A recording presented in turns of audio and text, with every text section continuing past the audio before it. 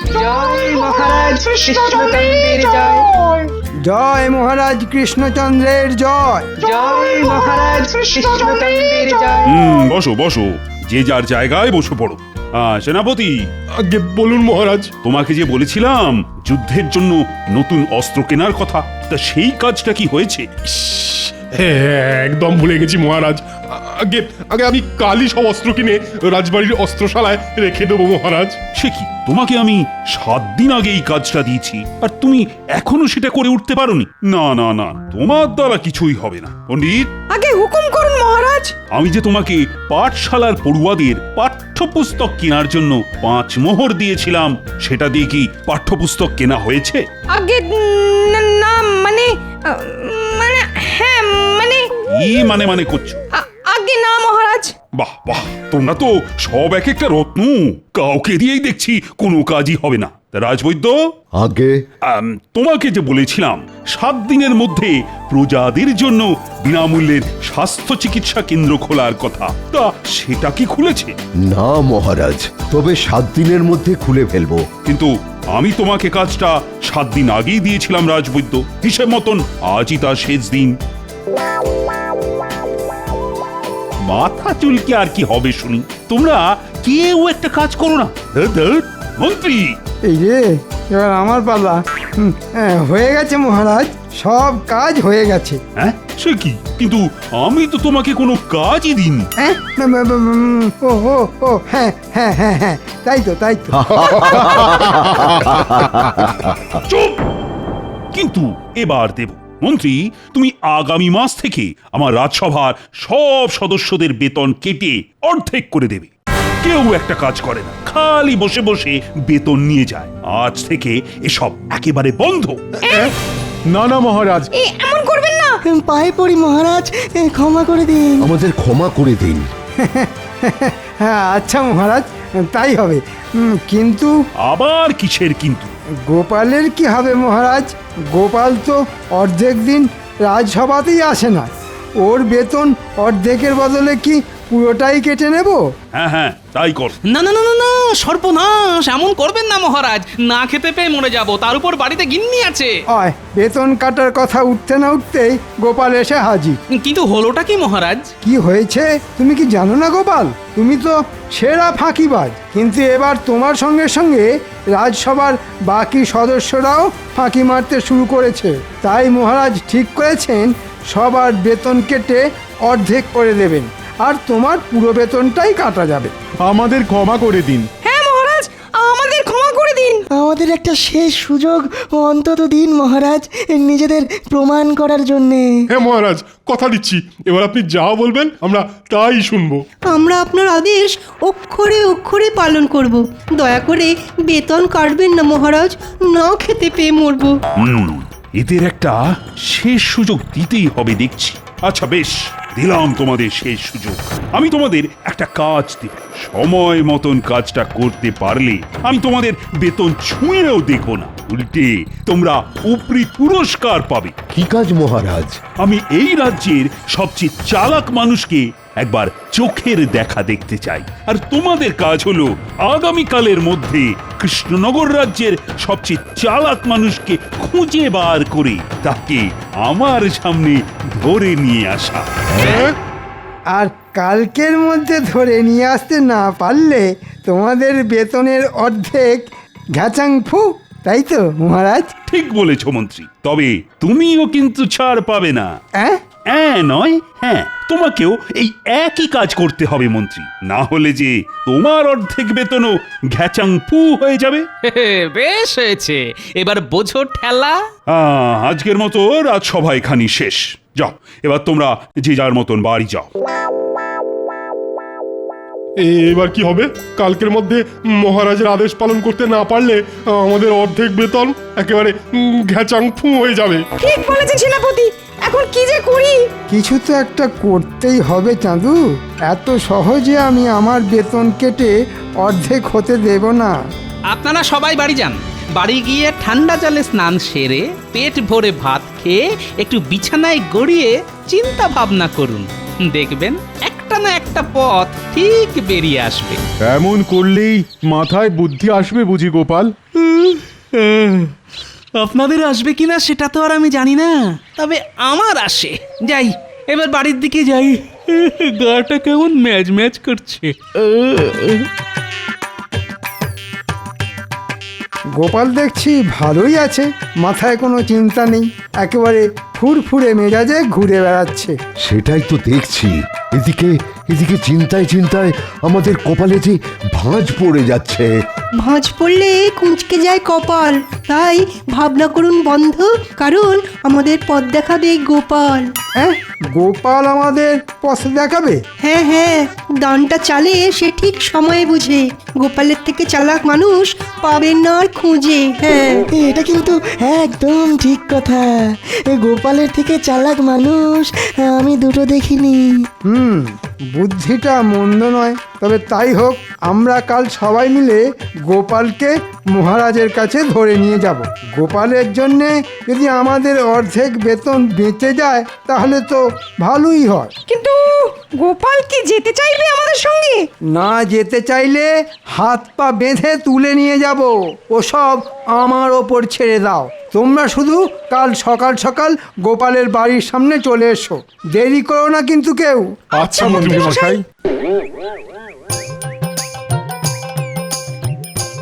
মহারাজের মাথায় যে কখন কি চাপে সে শুধুমাত্র ভগবানই জানেন। বলেন কিনা এই রাজ্যের সবচেয়ে চালাক মানুষকে খুঁজে আনতে। আরে বাবা, গোপাল ভাঁড়ের থেকে চালাক মানুষ এই রাজ্যে খুঁজলে দুটো পাওয়া যাবে না, এটা মহারাজ খুব ভালোভাবেই জানেন। কিন্তু মহারাজের আদেশ, আর আমাকে মহারাজের আদেশ পালন করতেই হবে, না হলে বেতন ঘেঁচাং ফু। পেয়েছি, একটা উপায় খুঁজে পেয়েছি। আগামীকাল রাজসভায় আমি একটা বড় আয়না নিয়ে যাব, তারপর আয়নাটা মহারাজের হাতে দিয়ে বলবো আমার মুখের দিকে রাখতে। আয়নায় আমার প্রতিচ্ছবি দেখে মহারাজ ঠিক বুঝতে পারবেন এই রাজ্যের সবচেয়ে চালাক মানুষকে।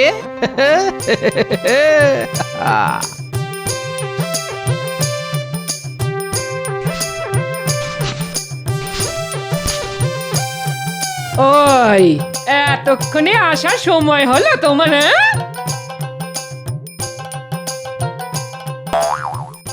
ওমা, আবার কোথায় চললে গো? একটা বড় দেখে আয়না কিনতে। কাছে পয়সা ছিল না তো, তাই ঘরে এসেছিলাম পয়সা নিতে।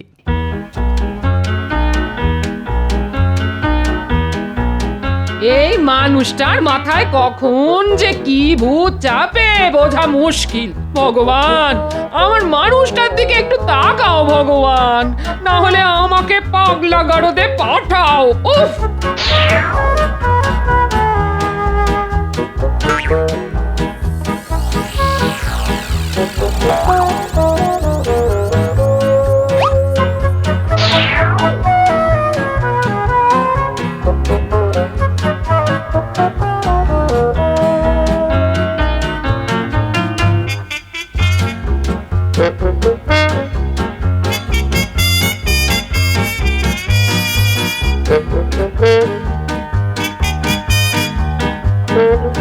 গোপাল দাদু, কোথায় যাচ্ছ? বাড়ি যাচ্ছিলেন ন্যাপলা? তোমার হাতে ওটা কি গো গোপাল দাদু? এটা এর মধ্যে আছে কৃষ্ণনগরের সবচেয়ে চালাক মানুষ। তাই নাকি? আমরাও দেখবো গোপাল দাদু, আমরাও দেখবো তাকে। আমরাও দেখবো গোপাল দাদু। আচ্ছা দাঁড়া, তাহলে দেখাচ্ছি তোদের। এই দেখ, এটা তো তুমি গোপাল দাদু। ঠিক বলেছিস, আমি হলাম এই রাজ্যের সবচেয়ে চালাক মানুষ। কি মজা, কি মজা! আমাদের দাদু সবচেয়ে চালাক। এই আনন্দে আমাদের মাখা সন্দেশ খাওয়াও না গোপাল দাদু। অমনি না, এখনো সব হবে না, পরে খাওয়াবো। দাদু যদি চালাক হয়, নাতি নাতনিরাও কিছু কম যায় না। ও, গোপাল তাহলে কাল রাজসভায় এই আয়নাটা নিয়ে যাবে। আয়নায় নিজেকে দেখিয়ে মহারাজের কাছ থেকে নিজের বেতন বাঁচানোর ফন্দি করছে। কিন্তু মন্ত্রী থাকতে এটা তো হবে না। আজ রাতেই এই আয়নাকে একেবারে ভেঙে টুকরো টুকরো করে দেব আমি। তখন দেখবো গোপাল, কাল তুমি রাজসভায় কি নিয়ে যাও।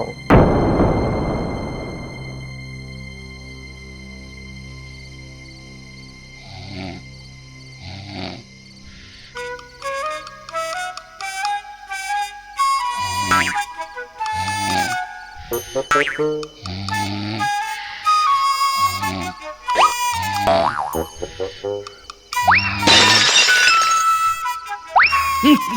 কে মাঝরাতে কিসের আওয়াজ হলো বলো তো? সর্বনাশ! এ কি?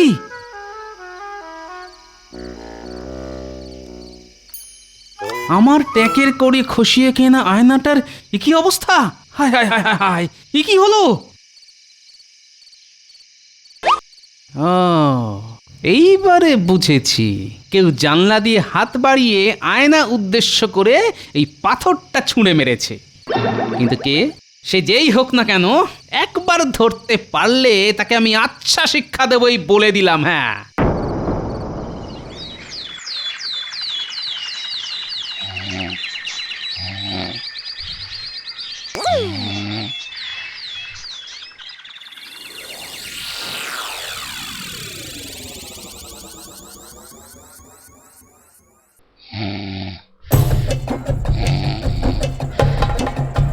এই সুযোগ মন্ত্রী মশাই, গোপাল এখন গভীর নিদ্রায়। ঘুমের মধ্যে গোপালকে তুলে নিয়ে গেলেই গোপাল সেটা ঘুণাক্ষরেও টের পাবে না। তবে তাই করি। নাও নাও, সবাই হাত লাগাও।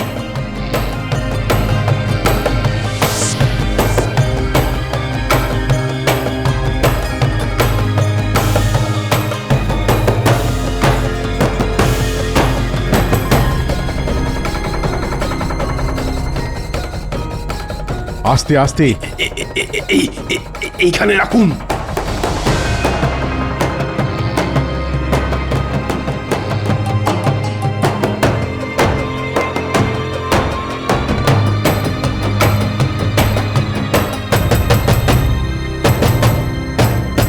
এই দেখুন মহারাজ, আমরা সবাই এই রাজ্যের সবচেয়ে চালাক মানুষকে ধরে নিয়ে এসেছি।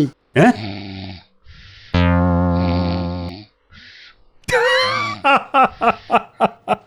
বাহ বাহ বাহ, তোমরা দারুণ কাজ করেছো দেখছি। সত্যি গোপালের থেকে চালাক মানুষ এই রাজ্যে আর দুটি নেই। আমিও আমার কথা রাখবো।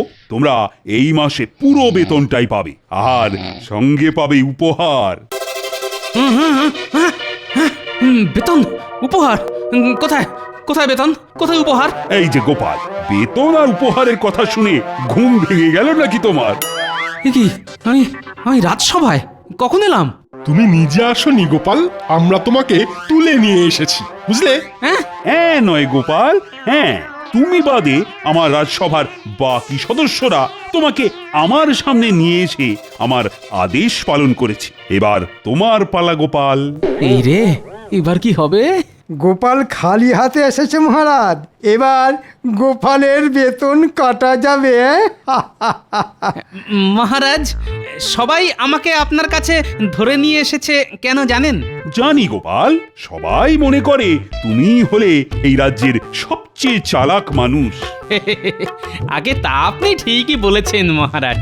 আমার বুদ্ধি এখানে উপস্থিত সবার থেকে বেশি, তাই সবাইকে যে কাজটা করতে দিয়েছেন, আমাকেও সেই কাজটা দিলে আমার বুদ্ধির অসম্মান করা হয় নাকি?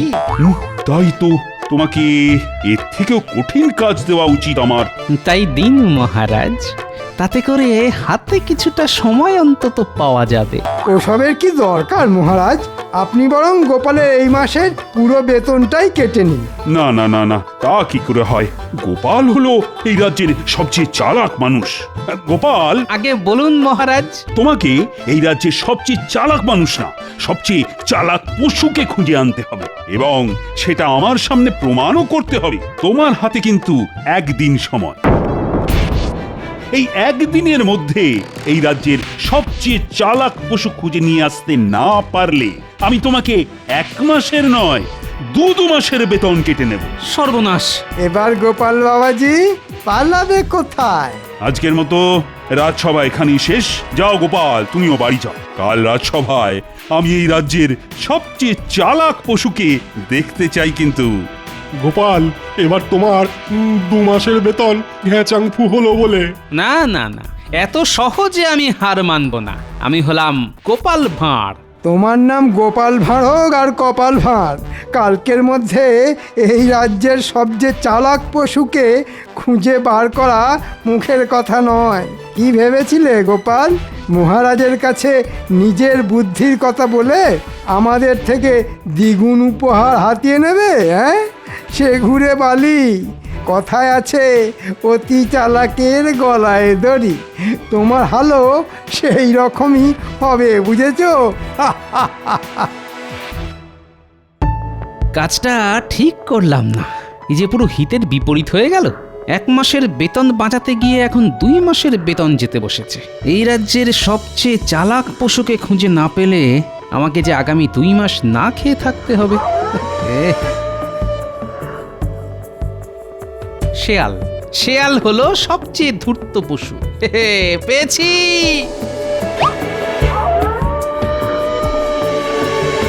কি দূর দূর দূর, বোকা কোথাকার। জল খেতে গিয়ে কি না কাদায় আটকে গেল। না না না না, এ কিছুতেই চালাক পশু হতে পারে না।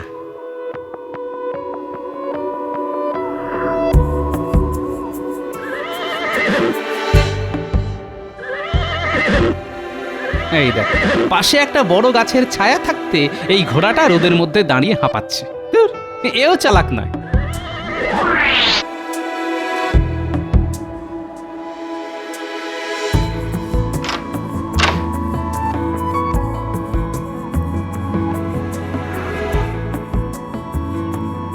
এই যে বলি, সকালবেলা কোথায় দুম করে উধাও হয়ে গেলে শুনি? দিব্যি তো ঘরে শুয়ে মোষের মতো নাক ডেকে ঘুম হচ্ছিলে, হঠাৎ করে ঘরে এসে দেখি তুমি হাওয়া। উড়ে গেছিলাম গিন্নি। বলো কি, তুমি উঠতে পারো? হায় হায় হায়, এসব কি হচ্ছে আমার সঙ্গে ভগবান? আহা, কথায় কথায় ভগবানকে ডাকার কি আছে গিন্নি? আজ সকালে রাজসভার সদস্যরা এসে আমাকে ঘর থেকে তুলে নিয়ে গেছিল নিজেদের বেতন বাঁচানোর জন্য। আর এদিকে মহারাজ বলেছেন, কালকের মধ্যে আমি যদি এই রাজ্যের সবচেয়ে চালাক পশুকে মহারাজের সামনে ধরে নিয়ে যেতে না পারি, তাহলে মহারাজ আমার 2 মাসের বেতন কেটে নেবে। সর্বনাশ! এবার কি হবে গো? সেটাই তো ভাবছি গিন্নি। তোমার নাম গোপাল ভাঁড় আর কপাল ভাঁড়। কালকের মধ্যে এই রাজ্যের সবচেয়ে চালাক পশুকে খুঁজে বার করা মুখের কথা নয়। কি ভেবেছিলে গোপাল? মহারাজের কাছে নিজের বুদ্ধির কথা বলে আমাদের থেকে দ্বিগুণ উপহার হাতিয়ে নেবে? হ্যাঁ, সে ঘুরে বালি। কথায় আছে, অতি চালাকের গলায় দড়ি। পেয়েছি। কথায় আছে, অতি চালাকের গলায় দড়ি। একটা উপায় খুঁজে পেয়েছি গিন্নি, এই যাত্রায় আমি বেঁচে গেলাম। তুমি খুঁজে পেয়েছো? পেয়েছি গিন্নি, পেয়েছি। আমি হলাম গোপাল ভাঁড়, এবার 2 2 হবে 4। এবার আমার 2 মাসের বেতন বেঁচে যাবে। আমাকে আর না খেয়ে থাকতে হবে না, সঙ্গে মহারাজের কাছ থেকে পাবো উপহার। এই যে পুটির বাবা। বলো গোপাল দাদা। আমার কিছুক্ষণের জন্য তোমার এই গরুটা চাই। গরু নিয়ে কি করবে গোপাল দাদা? আছে আছে, কাজ আছে। কাজ আছে যখন, তখন নিয়ে যাও। এই নাও।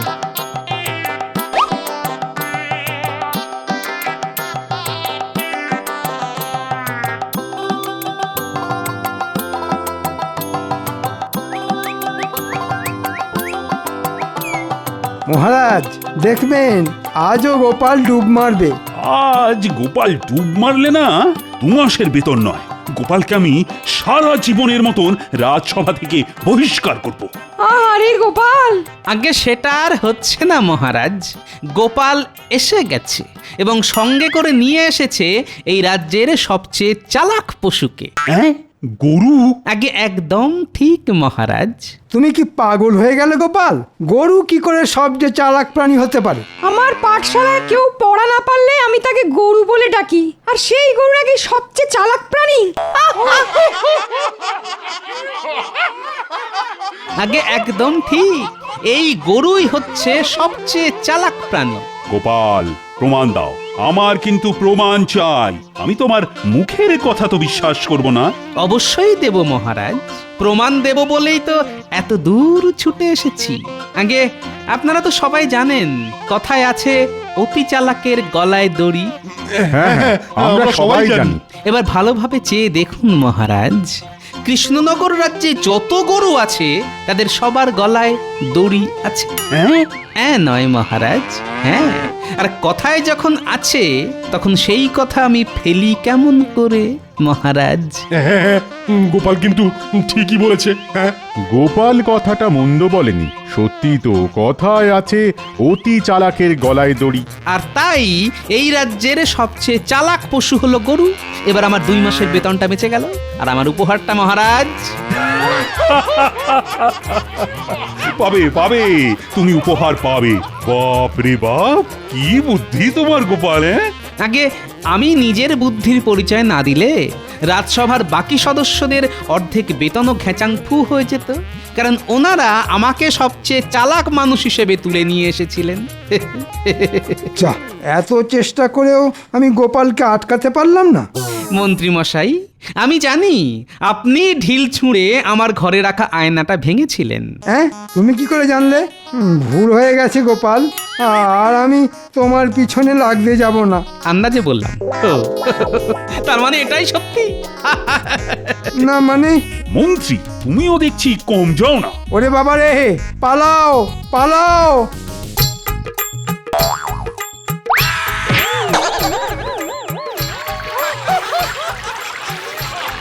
ওরে বাবা রে, ওরে ওরে, বাঁচাও! ওরে বাবা, ওরে বাবা, মরে গেলাম। বাঁচাও, ও বাঁচাও! বাঁচাও, ওরে বাবা! এই নাও গোপাল, তোমার উপহার।